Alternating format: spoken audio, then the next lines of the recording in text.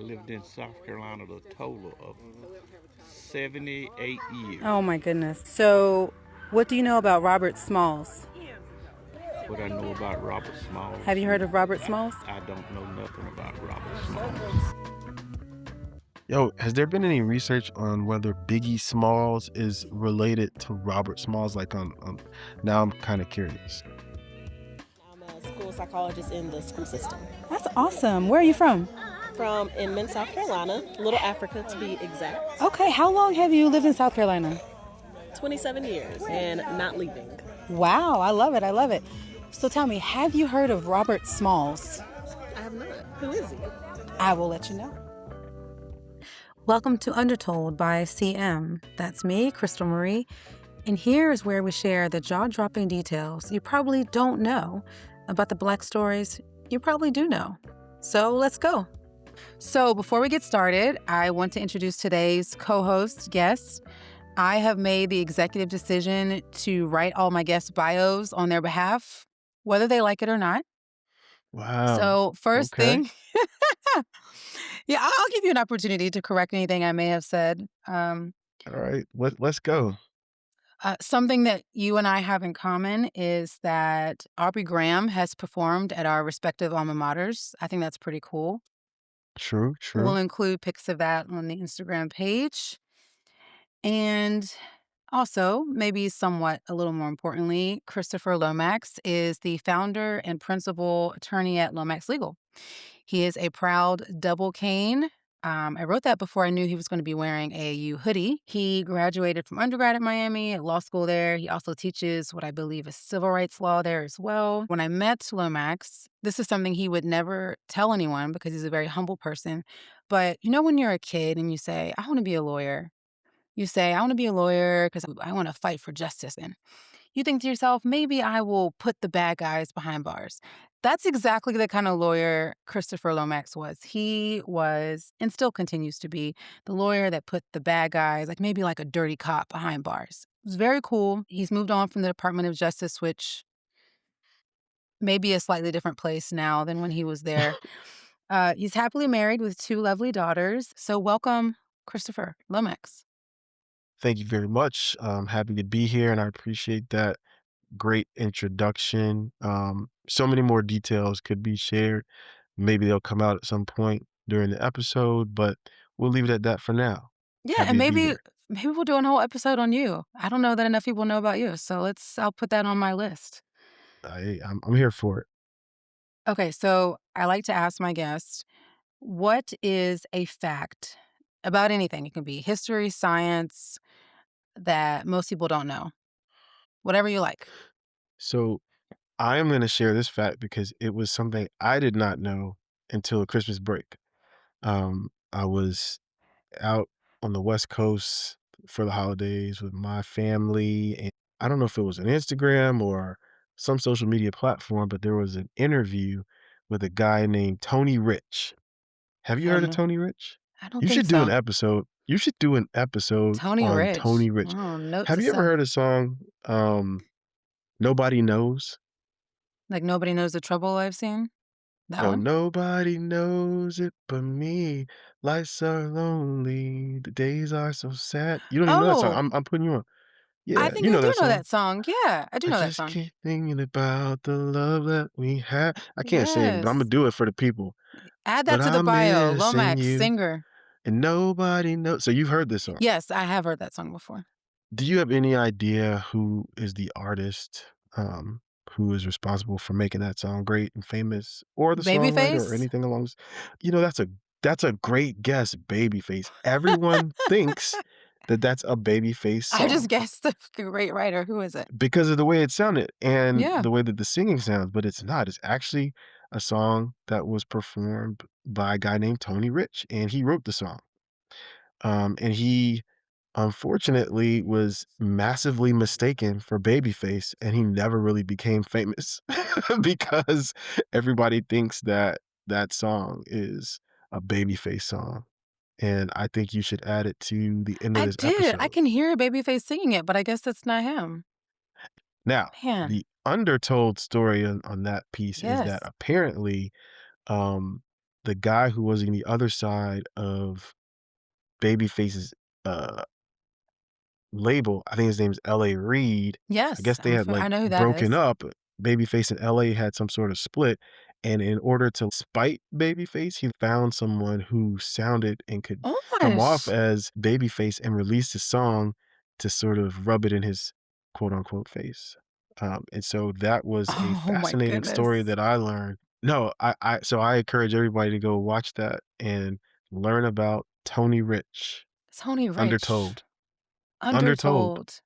We need like an Poor Tony. unsung VH1 Man. episode about that guy. Well, Tony, Yeah. I salute you and thank you for your gift to the world. Okay, so question for you, Mr. Lomax. What do you know about Robert Smalls? Have you heard that name before?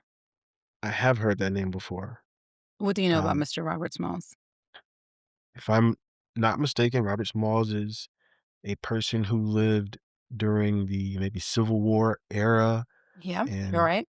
sort of Mm-hmm. post-Civil War era, and he, was from South Carolina, He was. Yeah, and as are I many great think people.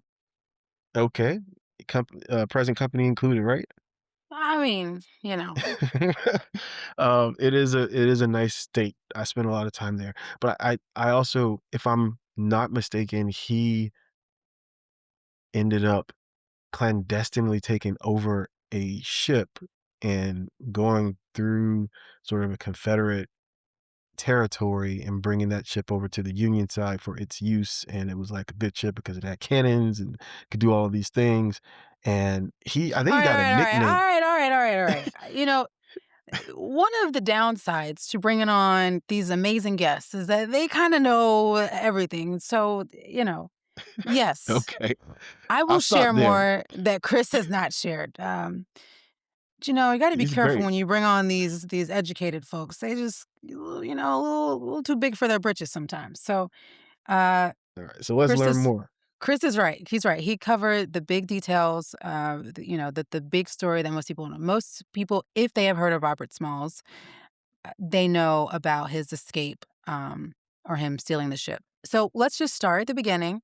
Robert Smalls was born in 1839, so this is before the Civil War, of course, in Beaufort, South Carolina. Are you familiar with Beaufort, South Carolina? Have you ever been? I am familiar with Beaufort, South Carolina. I know some people who are from Beaufort, yes, but I don't think I've ever been there before. I mentioned this to a close friend of mine. I said, "Have you heard of Beaufort?" And he said, "Yeah, I used to drive through there all the time." And then I said, "That's interesting because Beaufort is an island town." So Wow. Beaufort is, for those who may or may not have driven through it, it is an island town, and it's the second oldest settlement in South Carolina. Hmm, So in Beaufort at this time, much like many other cities in the South, blacks largely outnumbered the whites in the Low Country, but the overwhelming majority of them were enslaved people. They grew indigo, just like blue dye, rice, the famous Carolina gold, and cotton. And pretty interesting fact about Robert Smalls, his mother's name was Lydia, and she had him when she was 43 years old. So, I mean, wow. not quite 43 yet, but I already feel a bit Yeah, seasoned to have a child right now. yeah. Shout out to her, Shout Yeah, out. shout out to all the moms, Yes, that's 15 or thank 43, whenever you do it, it's. yeah. That's amazing. She had been working her whole life since she was a young child. And one of the greatest things that she did for her son is she spoke Gullah, not just a language, it's a way of life, it's different traditions, ways of being. A lot of people who were kidnapped from West and Central Africa, they were able to come together and retain some aspects of their culture. And so, if you've ever met someone who speaks Gullah, you will know because it is a very strong. I don't know if it's a dialect or an accent. I don't know. Have you met someone that speaks Gullah? I have. Yeah. What was that Yeah. experience like?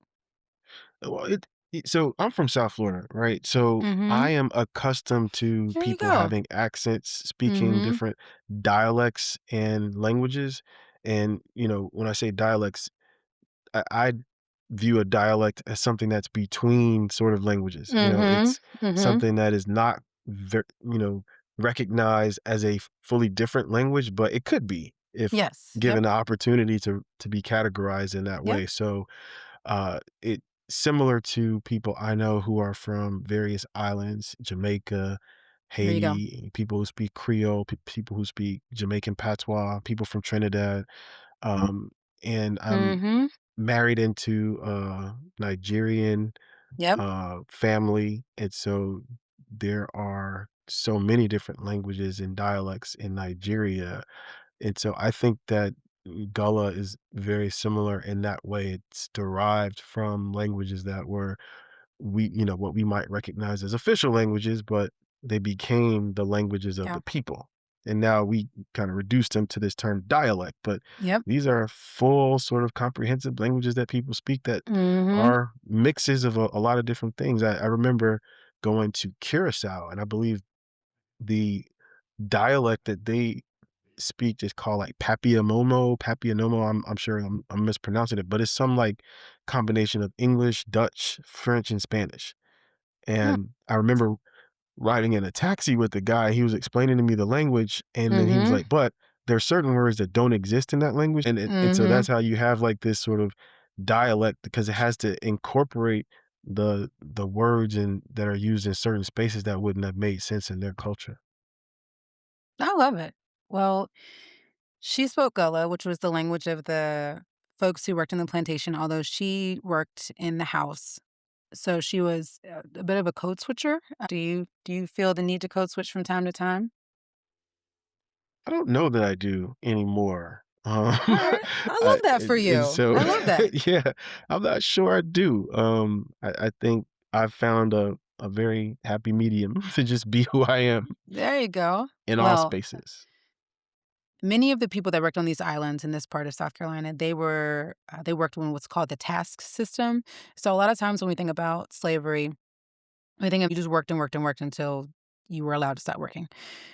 But the task system was slightly different. Basically, this means that each person is given a specific task based on your age, your ability, and then when you're done, you can stop. If you, what this did mean though is that people were able to do other things with their free time, we'll call it, like grow crops, tend to livestock, make crafts.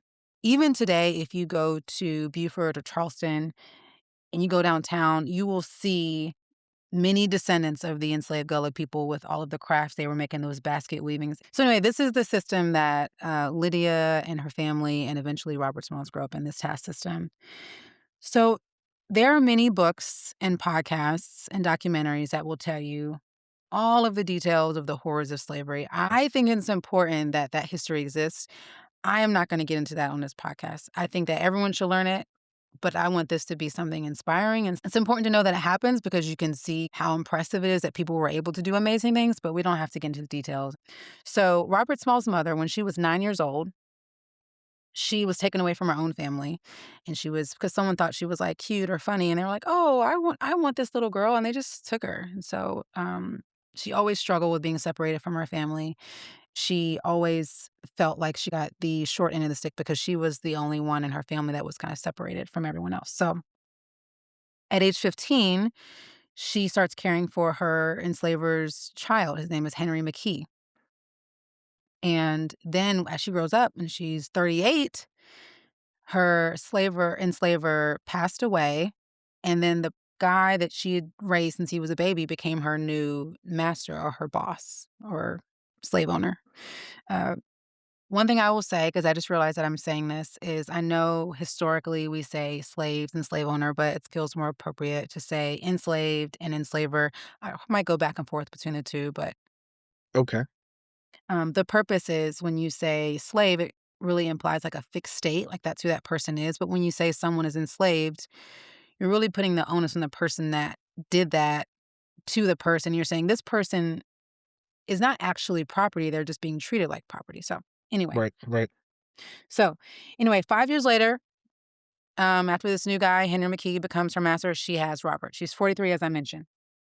We don't know who Robert Small's dad is. There's some speculation that it was a white man, but we don't really know that. Sometimes people would just say that about really smart Black people. They're like, oh, his dad was probably white. But, I don't know. We don't know who it was. He was treated as a house servant. And like his mom, he lived a life somewhat different than the slaves out on the plantation. And so Robert's mother, Lydia, she did something, maybe a controversial parenting decision. I'd love to hear your thoughts, Chris, as a parent. Okay. She felt like Robert did not have a good idea of what slavery was. She was like, I don't think you're getting it. Like, I don't think you get how difficult this is. So she's like, let's do a little road trip. She had him go to a slave auction and to the Beaufort jail to see someone be whipped. He was 12, by the way, when she did this. She just wanted him to see, like, this is what could happen to you. I don't want you to get too comfortable, think that everything is cool. It was kind of like a scared straight type Mhm. thing. I don't know. What do you think? Is that, Well, I would say she had to have her reasons, yeah? and I'm gonna defer to her maternal instincts on this one and say that she probably felt like in order to protect him and to prepare him for the world in which he lived, he needed to have a true sense of the reality of what it meant to be a Black person in a world where Black people were largely enslaved people. And Yeah. and he needed to understand that if he did not move in a way that would provide the level of protection that he needed, he could end up in those very unfortunate circumstances. And so, unlike the world in which we live now, where our children do have certain protections and can be afforded these assumptions, that if they just pay attention or they're vigilant or they listen to their parents, everything is going to be okay. Mhm. That's not the world in which they lived. I mean, it No. didn't matter what you did. It didn't matter what you said or how you behaved, how you comported yourself, how hard you Mhm. worked, how much you learned, how well you were able to perform your job. You, at an instant, could be subjected to the most horrific circumstances when it came to physical brutality, Mhm. emotional violence. And so I think that if he was under some illusion that he was Mhm. different or that he was special or that he was somehow exempt from that, I could see Mhm. how she might need him to understand when I say do this, I'm telling you to do this because this is what could happen to you if you don't. And so when he Mhm. thinks that he doesn't have to put his head down when a white man walks by or not, or you'll refrain from looking at a white woman in the eye or a white man in the eye, Mhm. when he thinks that he doesn't have to say yes, sir, or yes, master, Mhm. because of the way he's treated in his little small world, Mhm. she may have felt like, let me show you what the real world is out here. And we could, at any given moment, which is what happened to her, according to what you're sharing, Yeah. she was taken from what was home Yeah. and taken to a different place. And at any given moment, the same thing could have happened to him. So that's why I am willing to lend her the grace for the moment in the period in which she lived. Alright, so you're voting for, trauma at age 12. Got it. Alright, In that so, world, I think you kind of, I think trauma was the order of the day. And so he yeah, it needed to was. understand. Yeah. No, I agree. I don't know if there was an incident where he thought he was different and where she was like, "Let me just," but that's what she decided to do at 12. She purposefully did this. The purpose of, like, a scared straight type thing is to kinda get you in line. This had the opposite effect. Robert Smalls at this point was like, "Turn up, like, let's go." And he started rebelling. There was a slave curfew at that time. I believe it was 9 p.m. in Beaufort, and if you were out past that time, you could go to jail, so he missed curfew on purpose. He was like, "I don't care," flipping stuff off the table, and he was just like, "I'm out. I'm doing whatever I want." He was taken in jail. Uh, Fortunately, his Henry McKee, I don't know whether the mother begged for mercy or whatever it is, he came and got him out of jail. But they did decide, you know what, maybe you should, like, not be here anymore. Maybe you should go to Charleston and, like, see something The else. big Maybe city, go, yeah, go. Go to Charleston. wonderful town. That's where we went for spring break on our road trip this summer. Well, every time I go to Charleston, I have this weird feeling of what a beautiful, ugly place, because you see these beautiful homes and estates. They're preserved to look much like they probably looked at this time in history. I mean, just absolutely gorgeous. It's a beautiful, beautiful city. But then you also see, like, there's iron gates around all these houses, and they all have spikes. And that was to prevent a slave revolt. And I just did the worst thing in the world. Like I feel like I just was a non-black person who saw a black person and called them the other black person's name. I absolutely did not go to Charleston this You went to summer. Savannah or I went to Savannah. I was like, "Oh, which southern city, Well, did I drive in by?" in It had to be Charleston. No, it was I Savannah, was thinking to Georgia. myself, "Wow, I didn't know you went to Charleston. We talk all the time. You didn't It mention that." reminded me of Charleston, I think, Very because it's similar, like though. yeah, Very similar. and That's why I I guess have been to Savannah. Charleston, and I was like, "Actually, no, that wasn't this trip. We Well, went to very Savannah." similar. Same thing. I feel the same way when I go to Savannah, and that's why both Yeah. Charleston and Savannah have those, like, you can do those haunted ghost tours because people believe that the enslaved people haunt those cities. No, It's the yeah. ghosts were very kind to us when we were there. We Yeah, enjoyed they probably them, were. treated us They nicely. We had yeah. great vibes. Great vibes in Ch Charleston/Savannah, whichever one you wanna call it. Whichever is interchangeable, so maybe Yeah. not. So Robert Smalls, if you wanna learn about slavery, this is the place to go, Charleston, because Okay. 40% of enslaved Africans who came through the transatlantic slave trade came through Charleston. Even if you Wow. go today, you can see those markets where they sold the enslaved people. Now they're selling, like, the last time I was there, I bought a book about Gullah culture, like, they're not selling Mhm. people as far as I can tell. That's an improvement, It is an improvement. right? Thank God for So progress. yes, yes, going from selling people to books. So when he was there, he was what they call hiring out. And that's where basically you work and you make good money and then you give all of it to the person who owns you, which cannot Okay. be a great experience. His first job, he was a waiter at this super luxurious hotel, which Okay. again, that's Okay. something that he did because he knew how to code switch. He could speak Gullah, but he could also speak the language that white people were comfortable with. Then he was a lamplighter. Do you know what a lamplighter is? I mean, I'm assuming it's someone who goes out when it gets dark and actually yeah, physically lights the lamps on the street because yeah, they were good. not electricity? Yep, yes, and that was his job. And then finally, he got the job on Charleston's decks out by the water, loading and unloading the cargo from the ships.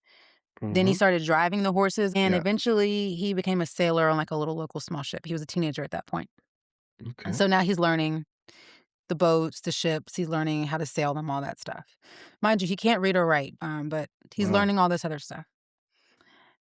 This next fact, just like you gave grace to Lydia, Robert's mother, I think maybe we should employ some of that grace for, what I'm about to share now. So Okay. at age 17, now I want you to think back to the pictures of people at this time. They all look much older than their age. So Robert Smalls is technically 17, but he has lived a life, in my view. Okay. I would think he's not like the 17-year-olds that I know. Um, he marries a woman named Hannah who's in her 30s, and she already has a few Okay. kids. Okay, Robert. Yeah, okay, Hannah, like, good for you. I don't wanna be inappropriate, but Well, let me ask you this. So wait, was Hannah married at the time that she started hollering at Robert? Or when you said, I think you no, said no, she no, no, got no, no. No, okay. she had 3 kids, but she was not Oh, she just married. had some kids. She wasn't married. Okay. Okay. So it's Yeah, all and at cool. this time, if you're an enslaved woman with kids, I mean, is it your choice that you have these kids? We don't know how these kids came to be. They didn't all have the same father. I did Okay. come to understand that based on some things that we'll learn later on, which was an Hey, but, interesting way it was characterized. why do we need to extend grace on Robert for marrying a nice, mature mother in her prime? Well, There's no grace. He I doesn't need mentioned grace this for that. I mentioned this fact to someone else, and they thought that Hannah needed grace. They felt that she was taking advantage of a youth. She Well, I was guess. a Yeah. woman with 3 kids, and she's, like, got this teenager to come in and be the stepdad. And one of the kids was, like, his age. Wow. Look, 17 and 30 is not gonna work today, um, in either direction. But at that time, under those circumstances, maybe there were We don't know. different We don't know. rules and laws, and We don't so know. let's just assume that it was all, I guess, On somewhat the up and close to up. being okay. Yeah. You know, Grace for I grace feel for like Hannah. when people are enslaved, I mean, really, let's give you all the grace. But notice Um, how I was programmed to say big ups to Robert at 17 for going to pulling a yeah, 30-year-old. I did not say, "Oh, what a tragedy that this 17-year-old boy would take up with a grown 30-year-old woman." I think if you would have said the opposite, I might have recoiled a bit. And it's our programming, yeah. right? That we don't see boys, especially black boys, as boys. I looked at him sort of like a grown man that was going out conquering a growner woman. So let me speak about that Friday during therapy. Yeah. Well, I have 3 sons, and, imagining them at 17, marrying and stepping into role of stepdad for 3 kids feels like a lot. Uh, so, again, I don't know the details. Hannah spoiler, Hannah and Robert love each other very much. They have a great union. So, Forever, like they make it the long road? we'll see. So, marriage between enslaved people was illegal, but, um, Fantastic, unofficial just great. ceremonies, just great. You're not really allowed to get married. It's not a real marriage. There's, like, no certificate, but if your owners, enslavers are like, "Yeah, go ahead, sure," um, then they let you do it. And so he actually had a ceremony back in Beaufort, like, What they do um it at first? They did it at First Buford? yeah, I don't know. It was at Henry McKee's house. It was at his Oh, it was enslaver's at the house. house, they didn't do the church. It didn't do the church. First I Buford mean, Missionary Baptist, though, they could they would've been real nice if they yeah, did that it would have there. been nice. They could have jumped a broom, all that. Maybe they did jump a broom. I don't know what they did, but they did Okay, get married. And 2 years later, they had their first child, Elizabeth Lydia, named for Robert's mother. Very sweet. nice. And Okay. so Robert says to Hannah's owner, because they're both still enslaved, I would like to purchase the freedom of Hannah and our child. No real My record if God. he was interested in purchasing the other kids, but he did ask about purchasing Hannah and the child that they share together. If you look, I maybe those listen, kids was already free. He might have already yeah, maybe they got they were bought. not free. They were not free. Oh, Their respective fathers were present in some way, but um her owner was like, "Sure, you can buy them for $800." To give you a little hint as to how difficult that would be to achieve, Robert later gets a job where he makes $16 a month, and 15 of those dollars go to his owner, and he gets to keep $1 a month. So, gonna be a journey just to get to that 800 800. months. Yeah, 800 months, it's all yeah. savings. Oh, no no spending. No spending, no dates, none of that. Both of them were working, being hired out, and both of them were saving money, but he knew that it would take years to save that. And he realized even at that moment, my only real option is to escape. I'm not gonna get to the 800. So, he didn't know how. Something I will give him a lot of credit for that I think I would not have been able to do at that age, something I still struggle with now is he plotted and planned. He was like, I'm gonna bide my time. I'm gonna come up with a plan before I just jump out there because some of us just move before we think. So in February 1861, they have another kid, a son, Robert Smalls Jr. Okay, This okay. is 2 months before the Civil War starts. Um, so in June 1861, a little bit after the war started, right there in South Carolina. South Carolina was the first state to secede. Go South Carolina first. Look at us. He was offered a job as a deckhand on the Planter. That's the name of this steamer. The Planter is a very important boat. It's a very important element of the story. And as I mentioned, he was paid $16 a month, and Henry McKee was like, "I'm gonna let you keep $1 a month." So he started out as a deckhand. I know, a dollar. Yeah, yeah. It's tough. It's tough.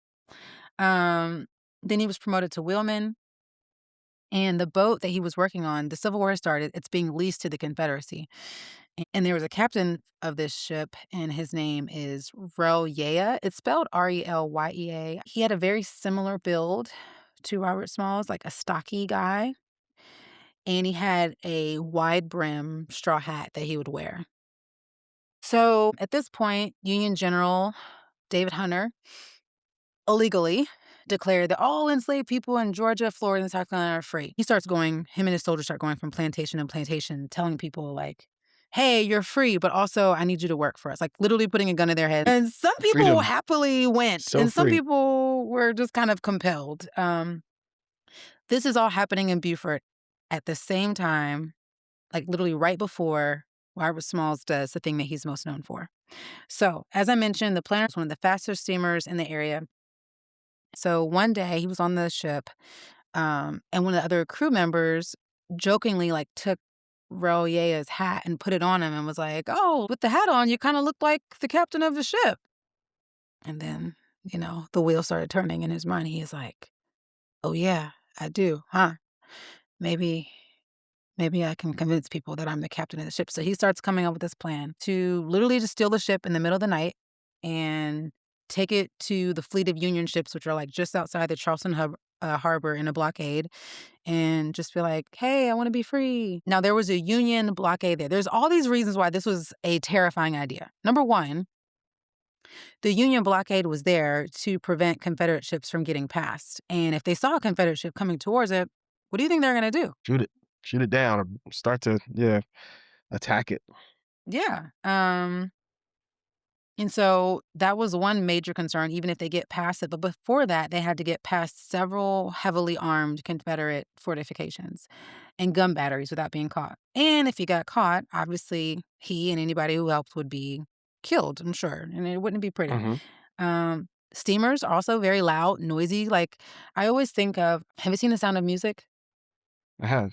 Great movie. And I always think about that scene where they're escaping from the Nazis and they like push the car and they just kind of like hide out with no sound. Hmm. This is the opposite of that. It's very Okay. loud. It lets out all this steam, and they weren't gonna just like be able to slide out without anyone. So. Anyway, Mm. um, he was essentially like the pilot of this ship without the title for two reasons. Um, well, one, he's an enslaved person. They're never going to give a black person the title of. Uh, that was really the only reason, just because he was black, and they were just. There's really no other reason. That was just it. But I don't know if that would even bother you. Because do you want to be like the captain of a Confederate ship as an enslaved I person? mean, I guess maybe if he can make $2 a month, maybe he'd say, "Yeah, go ahead and make me the captain," because I'm trying to get this 800. So depends. Maybe, yeah, if it would come with more money. So anyway, something that would happen often is the white crew would leave the ship with the black crew overnight. They weren't supposed to do this, but they would leave so that they could like go be with their wives and kids and just have the black crew watching the ship. Kind of wild to me that you have these enslaved people guarding this Confederate ship for the cause of slavery. Um, Wasn't it um, to preserve the South? yes, to preserve the Southern Peculiar Institution of Slavery. That's right.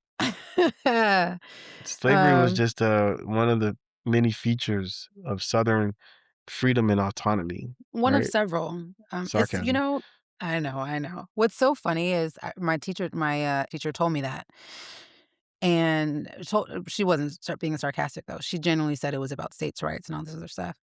And I remember I asked her, so if it wasn't about slavery, how come all of the free states were fighting the slave states? Was that just like a coincidence, or like how did how did this work And out? why did all the slave states all sit next to each other Yes, in the United States? Like, how come they were all right next to each other? How come there wasn't like one random slave state up top and then another one out west and another one yeah, some other place?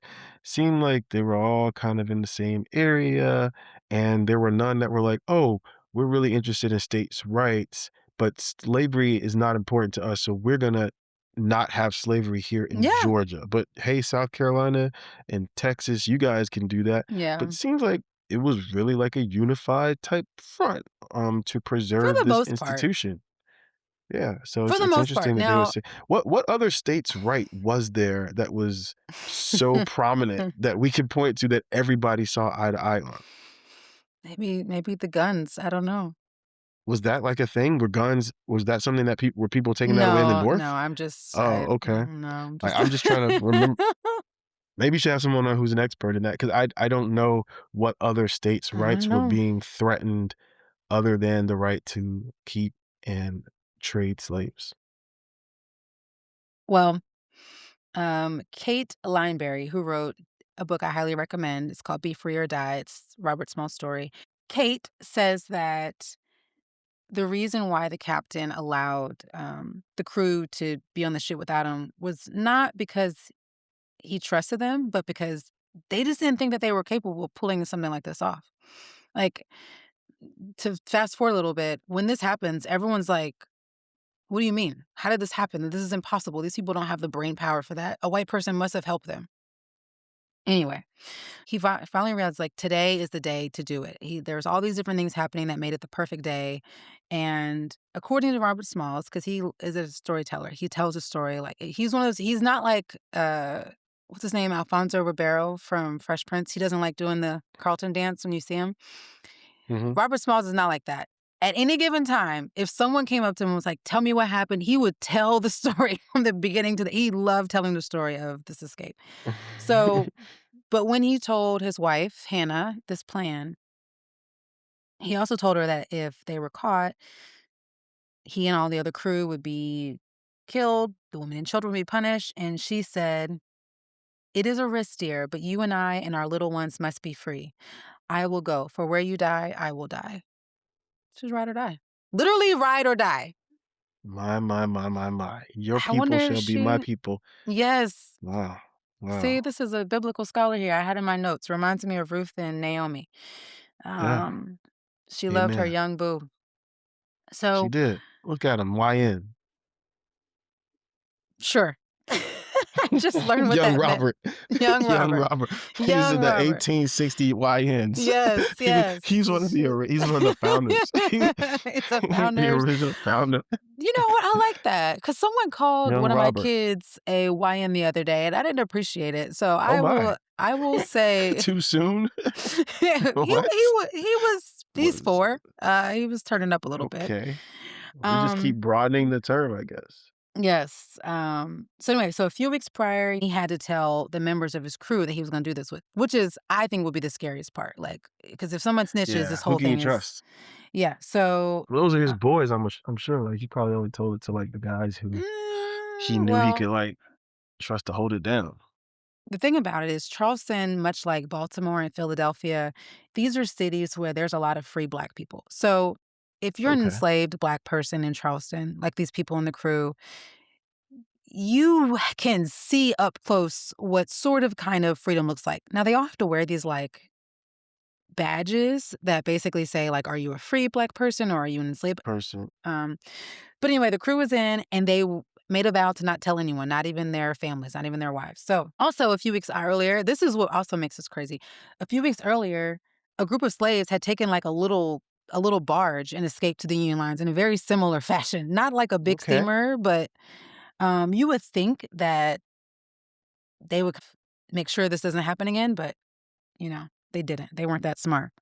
Uh, so anyway, Smalls chose the day of their escape because the city was going to be placed under martial law the next day because they thought the Union was coming. And also, one of the guard boats just happened to be out of commission. So he had a few things going for him to make this work. So the day they scheduled their escape, typically what happened is the white crew members would go, be with their families, and the Black crew members would stay on. But this day, one of the white crew members was like, you know what? I think I'm going to stay on the boat tonight. Oh, man. So they had a Hate it. meeting. They were like, what are we going to do? And they were like, we're going to have to kidnap him or throw him overboard. Like, and then at the last minute, he was like, you know what? I'm Vibes are going to the funny. kegger. I'm going to get off the boat. And he left to go be with his family after all. I'm looking around here, and I just noticed There's a vibe. I'm the only one with no Yeah. suntan. Do you want to be the only, I Probably don't know, not under those conditions. in the middle of a civil war? Yeah, So, maybe not. Maybe it's best that he goes to town. yeah, he saved his life by getting off. Good for him. Now, Maybe he two could of have the been a hero and fought for the cause. He could have said, you know what, guys, you're right. Let's go. I mean, he might have said that. That's something I would say if I was in the position where I found out what this plan was. I don't know. But either way, he left. Now, 2 of the deckhands who were part of the plan, they were like, you know what? The block's a little too hot. Last minute, they quit.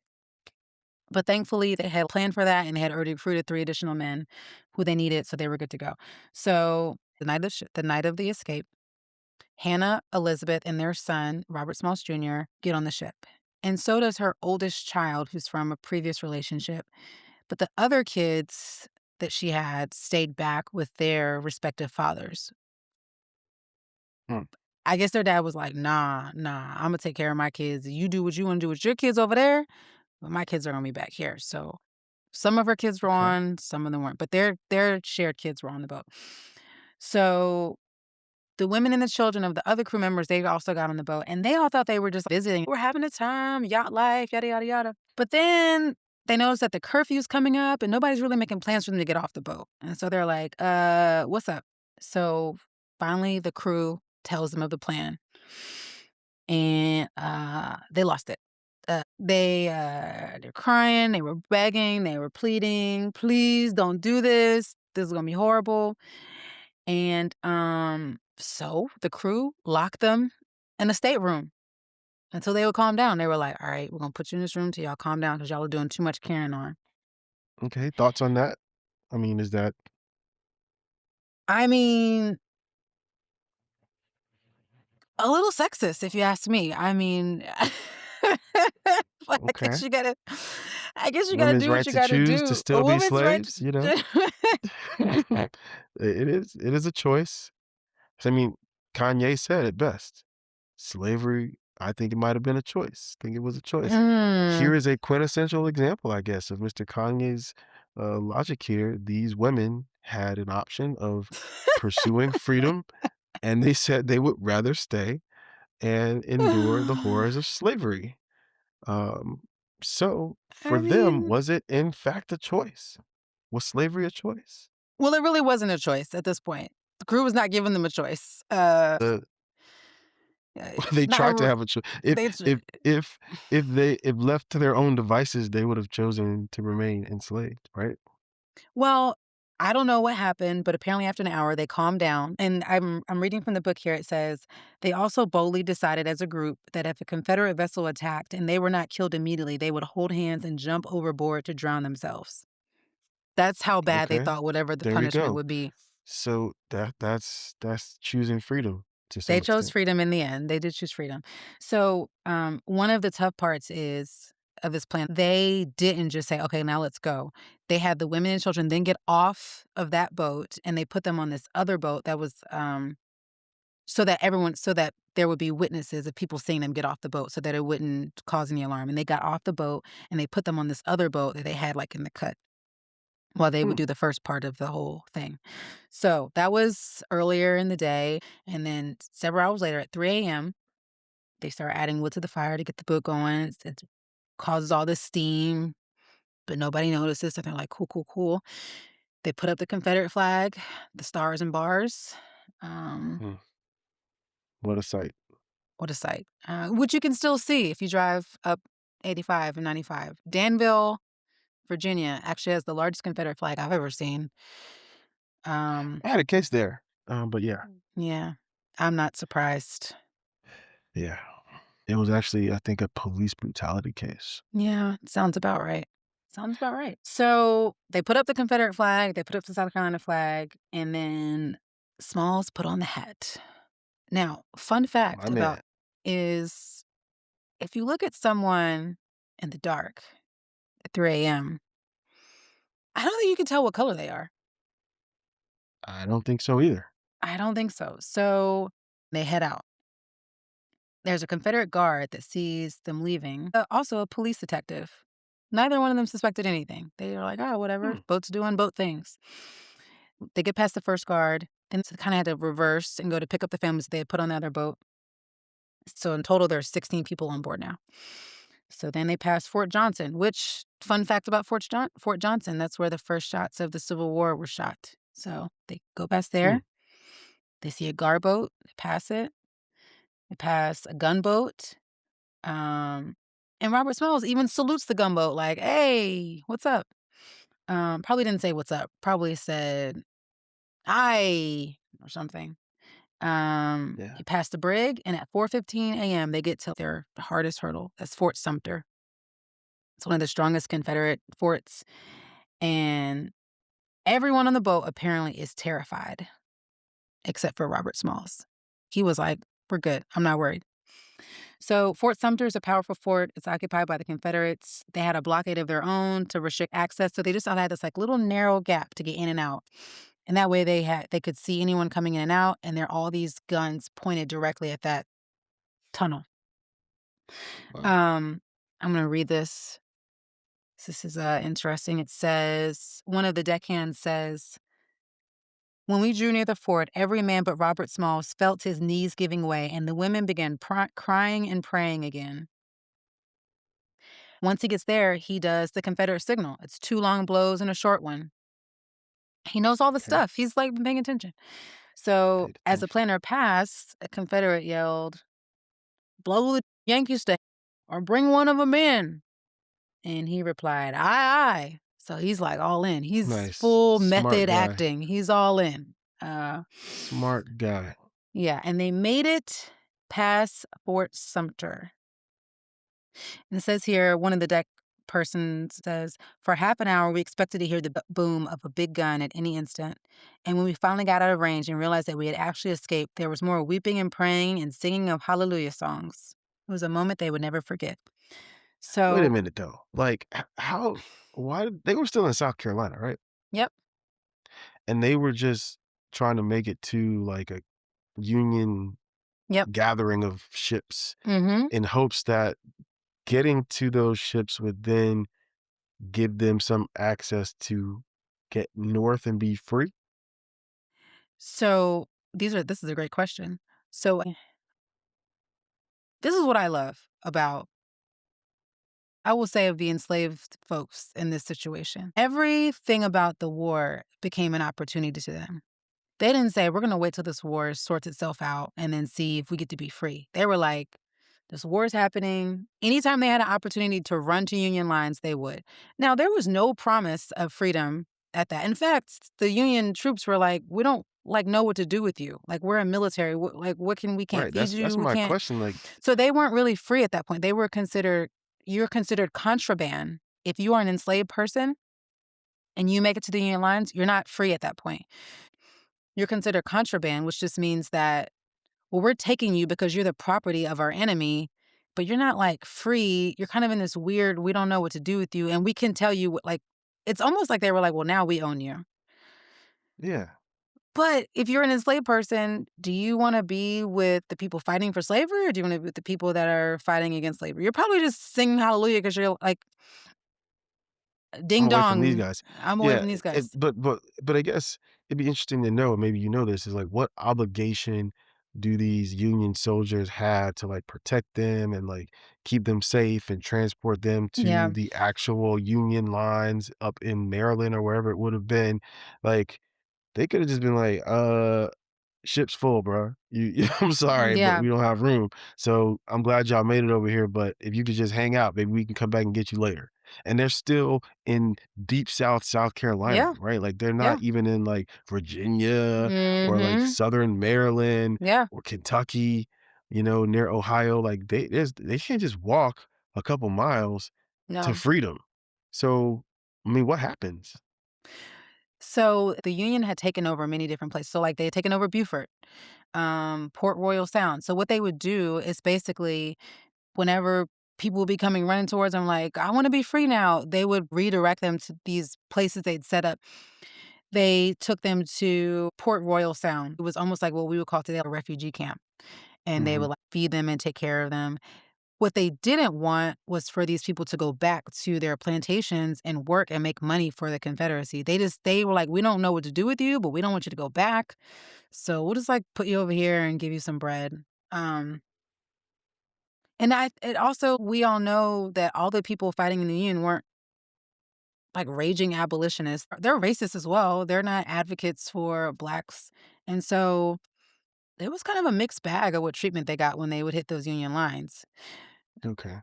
So once they got out of range of the Sumter guns, some of the guards did realize, like, wait a minute, this ship is not going, this ship is going towards the Union fleet. Why would they do that? And then they tried to rush and stop them, but it was too late. They were too far away.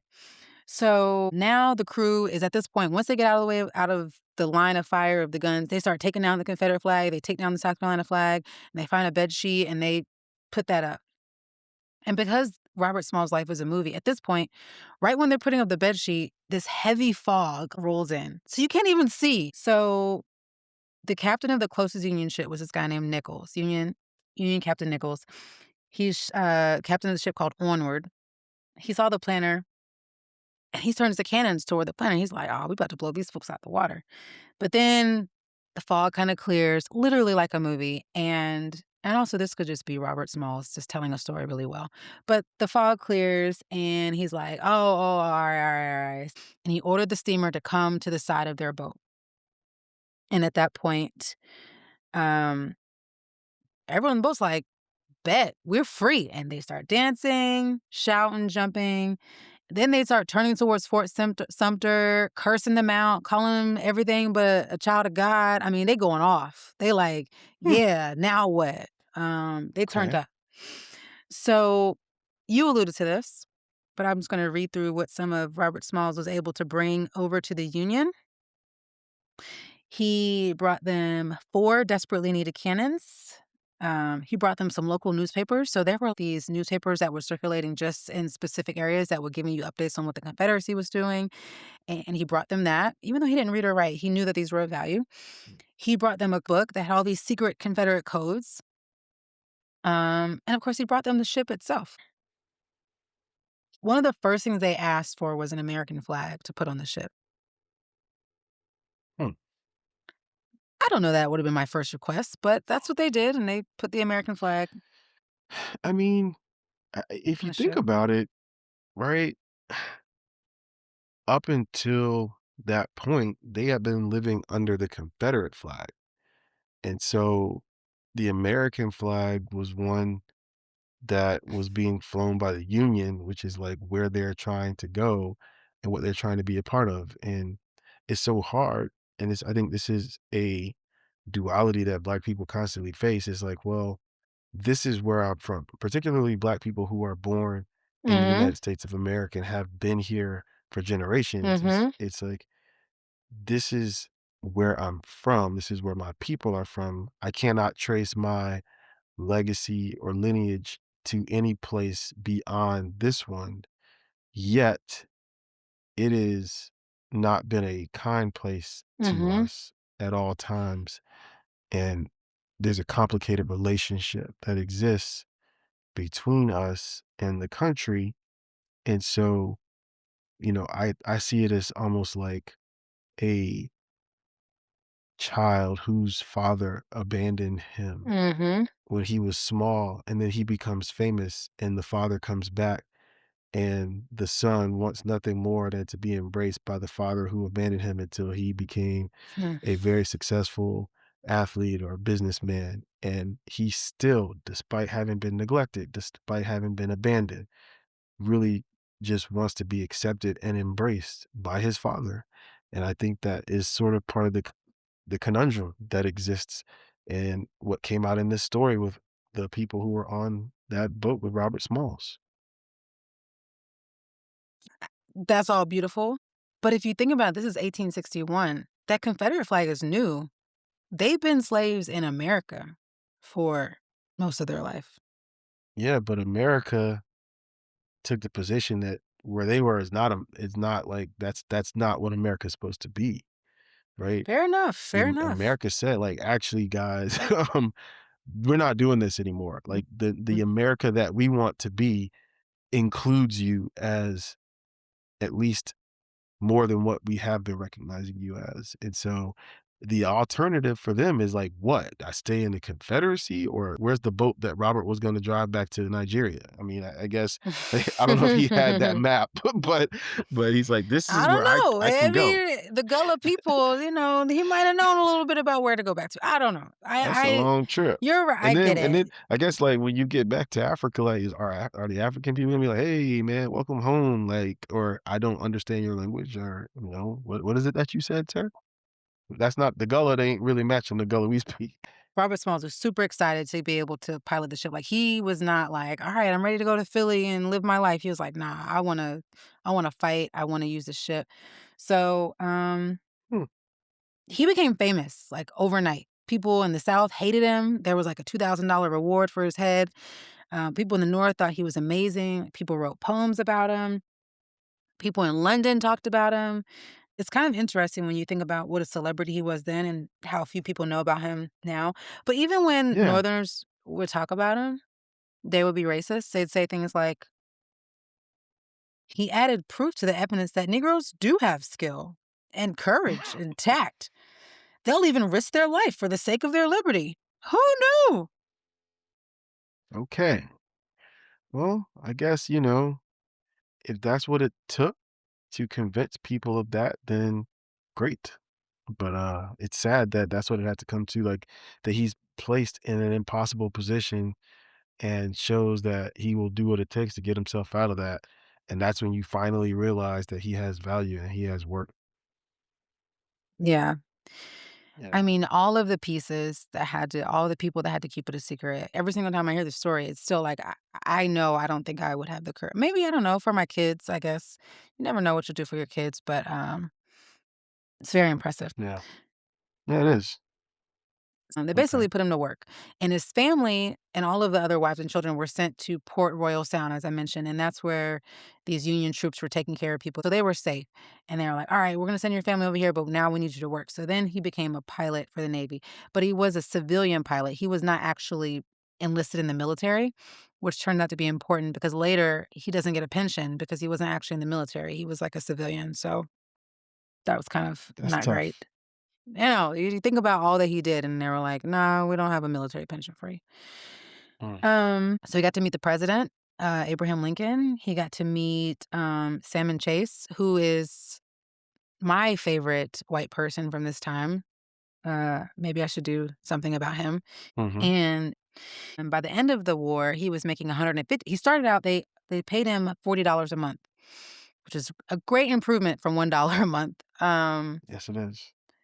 And it was 3 times what an average Union soldier was making at that time. But by the 3 end, times? 3 times what the average Union private was making. Big ballin'. Ballin', ballin'. Okay. But he was Okay. doing a lot of work. I mean, he was doing a lot.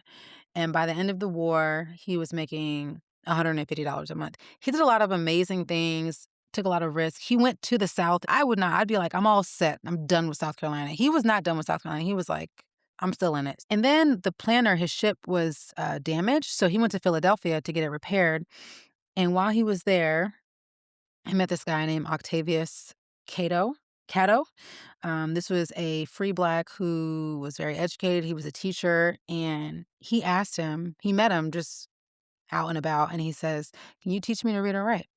It'd be like asking the Secretary of Education to teach you to read or write. This guy was like a head of all these colored schools, but he did. He was like, "Yeah, I'll teach you to read and write." I mean, he's a celebrity, so um, he taught him to read and write while he was waiting for a ship to get repaired. And for the rest of his life, he continued hiring tutors to help him evolve in his education. He was like trying to make up for lost time. It was very important to him.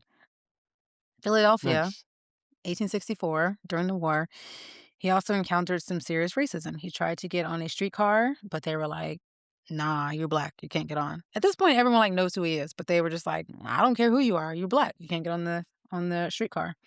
This was common. So this is where he's learning like the North isn't like this perfect place. It's not like I escape from the South and I go to the North and it's amazing. Racism is Mhm. an American specialty. It's everywhere. Mhm. So after the war, he actually returned to the South. That's where his family is. That's where he wants to be. And he purchased the home on Prince Street where he and his mother were actually enslaved in Charleston, Nice. which is, Nice. I don't know how you tell the story of Robert Smalls escaping and you don't mention, oh, by the way, the house where he was a slave, he also bought it and moved in. This is probably the most infuriating page of this book, but I'm going to share this. This is where I know that I am not Robert Smalls. Okay. Um, so he buys the house, and this is a quote from the book. When the cousin of his former owner, Henry McKee, returned to town at the end of the war in 1865, Smalls noticed him as he sat on the front porch of a store and greeted him warmly. Wow, good for you. Smalls also noticed that the cousin, who was ill, and perhaps not thinking clearly, was foolishly wearing a Confederate gray jacket. Also problematic. Mm. By doing so, he was putting himself in danger. Smalls could have ignored it, but instead he warned him that 5 regiments of troops had come to town and he could cause trouble.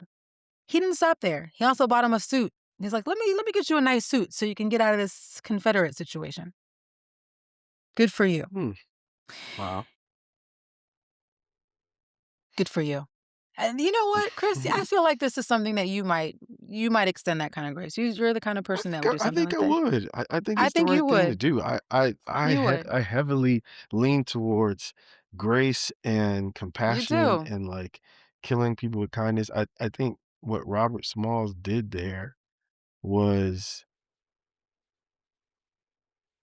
try to be different from what that guy was or his family Mm-hmm. members. Like when he was in a position of power, instead of sort of kicking this guy when he's down or leaving him in a place of despondency, he's like, I'm going to do the opposite of what you guys did to me. Yeah. Because if I don't, I'm no better than you. Right. Listen, I know Chris very well.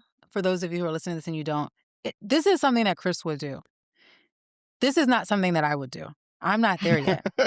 I love that for Chris and for Robert Smalls. And I don't know. I don't know. I don't think you're giving yourself enough credit because I also have known you to do a lot of selfless things and make a lot of sacrifices. I mean, you travel to all these different places where, people are in need. You take your kids and show them that that's what they're supposed to do. I think you're thinking about it from a third party perspective and not what you would do in your own mind and your own body for another human being. Like I think if you were put in that same position and you saw that person in their place of need, I think you would help them. I think you do. I think you would. I think you're just talking.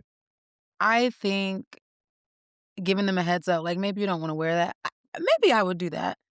I think And then you would say, like, let me get you a better jacket because if you keep wearing that, it might go south for you. All pun intended. All pun. I might direct you to a store, preferably one owned by a Black, where you could buy a suit. I don't know that I would buy it. Um, but this is not where it stops. Robert Smalls even showed, and this is also, I'm quoting from the book, unmatched kindness and generosity to the McKee family long after the war. In around 1875, Smalls invited Jane McKee, the widow of Henry, and some of her children, all of whom were living in Charleston, to stay with him in his house on Prince Street. This is the house that they previously enslaved him and his family in. He's like, you're welcome to stay with me because they had fallen on hard times. Wow. This was the house, as I mentioned, Okay. that the McKee family had once owned. Listen, this gets better. This gets better. I did not know any of this. This is great. Wait till you hear this part. The McKees accepted Smalls' offer, and Smalls even paid their railroad fare to come.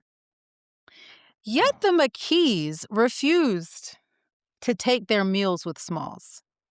Whoa, whoa, whoa, whoa, whoa, whoa, whoa, whoa. They refused to What? eat with this man.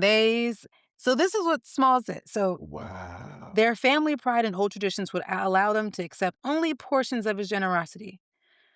Smalls, however, continued to be gracious, and he had their meals served at a different table. He said, you know what? Smalls. Let me set you up over here where you're more Smalls. comfortable. And me and my family who own this house that she used to live in, but it's now my house, we're going to eat over here. Yo. So this is I what I love that. mean. I love that. I love that though. Because who is the diseased person here? Like Smalls is out here living his best life, and these people can't even get it out of their heads that they are the ones who are now down and out, and this man is extending all these sort of niceties to them, and they want to discriminate against him as if they hold some kind of power. And it just goes to the root of where this whole thing is beginning, like this superiority complex, this bigotry. You can't even let it go under these circumstances. But I just feel like Smalls is the GOAT, like for the way he handled it. I love that. I Yeah. love that. He was just like, "Hey, all right, it's okay. You feel like you can't eat with me. There's a room over here, like that you guys can sit in. I'm gonna sit in my room in my own house, and you can sit in your room over there so that you can feel as though you're still, I guess, better. I don't know. Like whatever that is, that's a them issue. It's not a him issue. And so he's saying, I'm going to operate based on my own moral compass. I'm not going to allow you to bring me down and, you know, change the way that I'm going to conduct myself because you have a diseased mind. He won. Robert Smalls won. He did. He won everything. Like he's Chris flawless Lomax, victory. you all. Chris Lomax, everyone. He Listen, sure. Smalls won. Smalls is the grandest winner. I now I gotta go back and read more. I gotta learn and study this. I'll send I you gotta the book. sit at I'll the send you feet. the book. I gotta I'll sit send at you the the book. feet of Robert Smalls. Well, I just looked at the timeline. This was in His 1875. name Biggie Small. They changed this man's name. He this man's Biggie. Biggie Small. It's nothing small. He's Biggie. Biggie He Smalls, was a not Robert Congress Smalls. member at the time that this happened. He was a Congress member that in the House of Wow. Representatives and at this time, and they refused to eat with this congressman. Um, something else he did for their family, That's how the people treated Jesus too. Jesus Smalls. Jesus Smalls. There you go. Call him Jesus Smalls. Yes, there you go. He, Henry McKee's daughter, his former enslaver, her daughter. Mind you, Henry McKee, just to recap for you guys, this is the guy who said, "All right, you can go make $16. I'm gonna let you keep $1." So $1. $1. So his Henry McKee's daughter needed financial assistance for something. I don't know. I guess the privilege just wasn't privileging, and gave her money, and then he helped her get a job in the Naval Academy because he had pull there Mm, because he's Robert Smalls. mm. So that's Wow. just some of the things he did. He did have to fight with the Supreme Court for it to keep that house. There was some tax Oh issue and gosh. the whole thing, but Oh, oh boy. just to recap what he did after this amazing escape, he was a public speaker. He ran a store that sold things to freed people, the Freedmen's Store. He had that house in Charleston, but he also bought a house and a home and land in Beaufort, which if you go there today, the Robert Smalls house is there and you can check it out. Um, his wife, Hannah, who he loved, she passed away, unfortunately. And then like 5 years later, he married another woman named Anna, and then they had a kid. They had a Mm. son, but then she died 5 years later. I mean, this is a time where kids were Jesus just Christ. dying. I know, yeah. He started a school for Black children. Mm. Um, he created the first Republican organization in South Carolina. He was very well loved. He did a lot. He was in Congress from 1875 to 1887. His life was often threatened. This whole time, people were always threatening to kill him because people were just still so embarrassed about what he did. And then he became a customs collector. He did that till 1912. And then he died at age 75. He died of diabetes, unfortunately. Damn, all the way back then? Um, 1915. That's Well, it was it crazy. was it was malaria and diabetes, but it was really the diabetes that That's got him. crazy that but you mean like before like processed food and high fructose corn syrup Yeah. and Coca-Cola and Pepsi Yeah. and all He that? got Like he got the sugar. Yeah. he got sugar all the way back then. Man, All the way back then. That museum in Charleston, the International African American Museum, which I highly recommend. It is an amazing museum. next time I'm The in Savannah, I'll go there. Yeah, yeah. And it's like the African American Museum in DC where you really probably can't cover it all in one day. I need to go back because I Okay. didn't get to complete it, but the head of that museum is Robert Small's great-great-granddaughter. It's amazing. It just came full Wow. circle. It's so cool. I love that. Yo, has there been any research on whether Biggie Smalls is related to Robert Smalls? Like on now I'm kind of curious. You know, there's a book called The Warmth of Other Suns by Isabel Wilkerson. It's one of my favorite books. And something she says is whenever you ask a Black person, where are you from? They might say, like, I'm from Detroit, I'm from New York, I'm from LA. But you have to ask them a second time and say, like, no, where are you really from? And they'll say, well, I'm from Detroit, but my grandma's from Alabama. Well, I'm from New York, but my people are from South Carolina.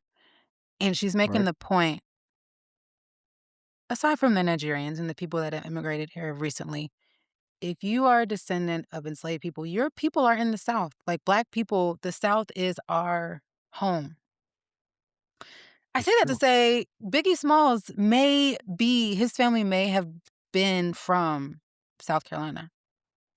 I think they were from like Jamaica, but maybe there's Well, a connection on the drop offs that the happened. drop offs, yeah. Yeah. Yeah. But let's hold Um, on. Let's hold out hope for let's that. see, a cousin. I don't know. I'm not as familiar with Christopher Small's ancestry. Rest in peace, sir. Yeah, may Um, he rest in peace. so what do you think? We're wrapping this up. What are your thoughts on Robert Smalls? I'm amazed by Robert Smalls. I just think he had tremendous courage. He was innovative. He was a leader. He was a family man. He was someone who, despite not being offered it, pursued education at a time in his life when many people would have decided it was too late. Mhm. He was someone who had a great deal of empathy and compassion, even for people who treated him poorly, and even for people who continued to treat him poorly after the roles were reversed. I think he's a role model. I mean, I'm sure he had flaws.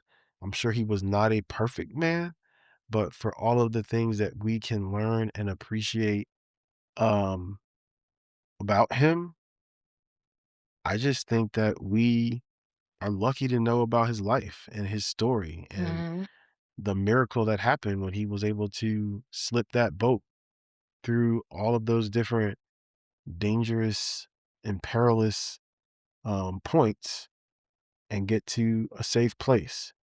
So I am better, I think, because of who he is and knowing his story and learning the other things that I learned tonight about him that I didn't know. Um, so yeah, I'll leave it at that.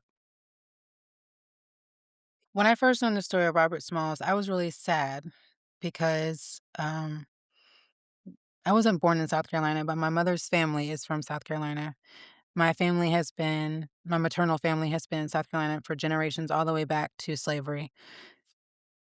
I took advanced placement US history, which is supposed to be a very robust, comprehensive understanding of the United States history. In South Carolina, you have to take a class called South Carolina History. And I learned a lot about Strom Thurmond and John Calhoun and many other South Carolinians. I never once learned about Robert Smalls, not once. No one ever mentioned him to me. I learned about him, I think, via Drunk History on Comedy Central. I think that's how I first heard the story of Robert Smalls. And I Wow. remember when I was in AP US History, I was the only Black kid in that class. Now, I wasn't the only Black kid in my school, and I remember feeling I never felt, like, ashamed to be Black, but I also felt like our history was very sad and depressing. It was, like, failed slave revolts, and, I didn't hear the story of someone defying slavery and succeeding and going on to do all these amazing things, and I wish that I had. So, Robert Smalls is someone who, I wish every South Carolinian knew about. I think that South Carolina should have a holiday in his honor. I think every American should know who he is, but certainly every South Carolinian, and so I was really excited to make him one of the first people featured in this podcast. All right, so I have one last question for you. Um, is there anything that you've been reading lately or listening to, a podcast, an album, a book that you would recommend Undertold listeners to listen to? So I will plug the Right Time podcast by Bomani Jones. Ah, I like I, Bomani Jones. I think it's a very nice mix of sports, um, pop culture, and just general thought provoking discussion about the things that are happening in the world from a different perspective than you often get in mainstream media.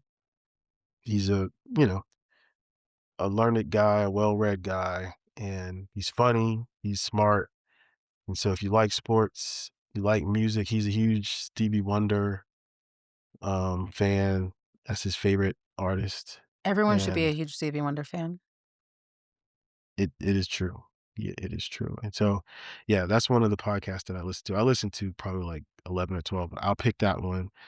The Right Um, Time with Bomani Jones. All right, Bomani yeah, Jones, if you see an uptick in listenership as a result of this podcast, it's free. I won't even charge you this time for it. yeah, yeah. Give Cool. it a shot. I think you'll like it. Well, thank you for taking time today to share your perspective on Undertold. I hope you enjoyed your time. I did. Thanks for having me, and I would be glad to come back anytime to learn more. Done. All right, next week. You're on. Okay, I'll be here.